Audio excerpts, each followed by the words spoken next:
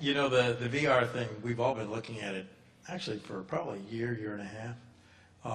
And, you know, looking at some of the things that XVR has done, and we're doing tests with them as well. And I got to tell you, it's a whole exciting, different experience. So how are we going to afford it? How's it going to work? I don't know. You know, I mean, I think that it is, though, it's kind of 3D on steroids, and it's a unique perspective. I mean, I'm not sure how long I can, you know, an old guy like me could actually sit and watch it, but the millennials, I think, probably will have a little bit more patience. And when you see, you know, when you're looking at the scene, you know, I saw some of the footage that you guys had at the U.S. Open as well, and some other footage that NextVR has been showing.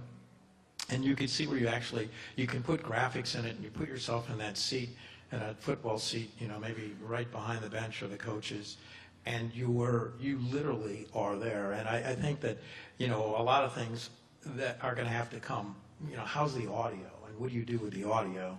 Yeah, audio is real important.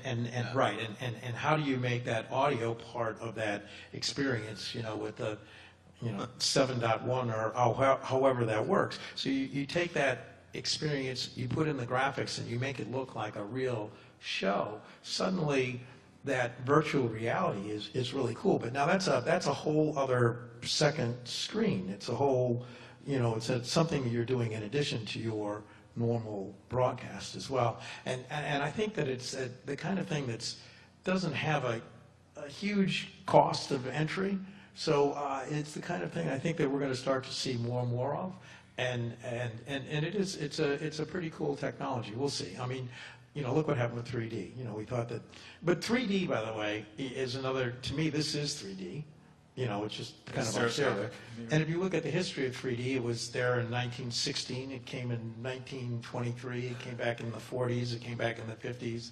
You know, it's going to come back again, off and on. It's just it's another platform. But the virtual reality thing, you know, with the kids playing games and how they're growing up, this is the way they consume media. And I think from a sports point of view, this is really kind of the next frontier. I think it's going to be really cool. Yeah, and I mean, I should mention that. I mean, it's not only NextVR. I see like Jay Abraham getting really mad over there. I say, you know, there's other guys too who are in the space, and you know, it's a lot of competition. And yeah, I mean, there's no way right now to make any money out of it, right. But there will be, and it's a super disruptive type of thing. And yeah, it's completely at odds with the other thing. So in one breath, I'm saying, okay, virtual reality. And the next one, you're like, okay, well, we'll send 4 cameras home for college basketball. And, you know, there is that dichotomy at the moment. And, yeah, it's hard to resolve. We got to be able to run commercials in that VR. That's all, you know. Totally doable. You can put it up, like, in the sky or whatever, and, you know, you can have it right in your face.